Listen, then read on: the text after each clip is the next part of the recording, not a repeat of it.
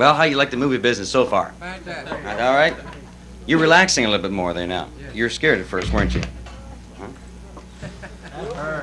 Huh?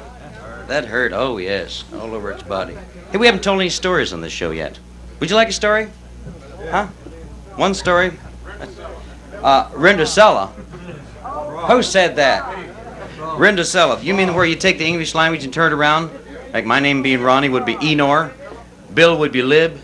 Tony would be Why Not. Nipsey Russell would be Rusty Nipples. Forrest Tucker would be Taurus. No, we couldn't do that. Well, I tell you what. I give credit to Archie Campbell for this because he was the original one that did it. And he does it nice and slow and easy. You can understand it very, very easily.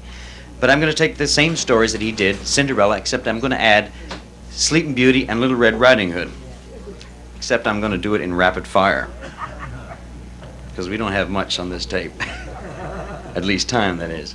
The story goes that a tong lamb would go in a corn funty. There was a beautiful bird, and she lived with a mugly other and two sad blisters. In the same corn funty, there was a pransome hens, and the pransome hens was going to have a Bancy Fall. So he invited the people from Riles Mount to come to the Bancy Fall, especially the pitch people. Of course, now RINDERCELLA's mugly other and two sad blisters, who were both in heat, they went out to buy some dancing fresses to wear to the Bancy Fall. But RINDERCELLA had nothing to wear except some ruddy dag, and she felt so bad about it, she just cat down the shrine. Of course, now while she was kitting and shrine, all of a sudden there appeared before her Gary Mudfather, and he touched her with his magic man, just whipped it on her body, and there appeared Sig Boach and Hicks White's horses to take her to the Bancy Fall. Of course, he said, now RINDERCELLA, you be sure to be home before midnight, or I'll burn you with Tompkins. She went to the Bancy Fall, met the pransome hens, they danced all night until midnight in a lull and fuv, and just as the mid-clock struck night, that's fell love, sir, and just as the mid-clock struck night, RINDERCELLA straced down the rares, and just as she breached the rottom, she slopped her dipper. Now the next day, this pransome hens, who was really a hung and pransome yens, looked all over the corn funty for the beautiful burl who would slop her dipper. Well, he's walking through the wheat does and he came upon Beavis Slooty's house. You know Beavis Slooty, she's a little chick that slept for 100 years. She's always in the sack, $100 night girl. Well, he looked in the window, saw where she was, saw how fair she was, blind to the clad room, knelt on his feet, hook her by the tan, counted a pliss on the tip of her toes, and she eganed up. She said, Guy Mundus, my Mary must be Hess. It certainly says, she said, you've broken my bell. He said, you've broken my bell too.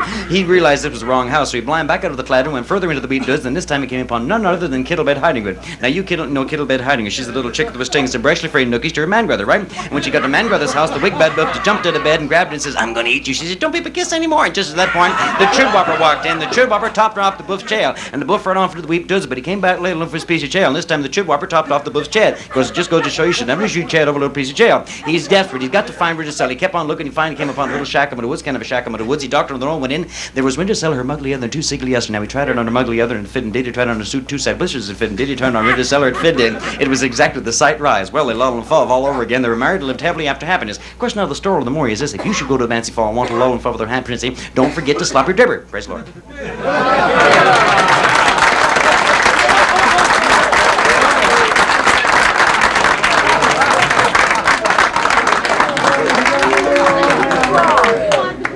Let me get something serious.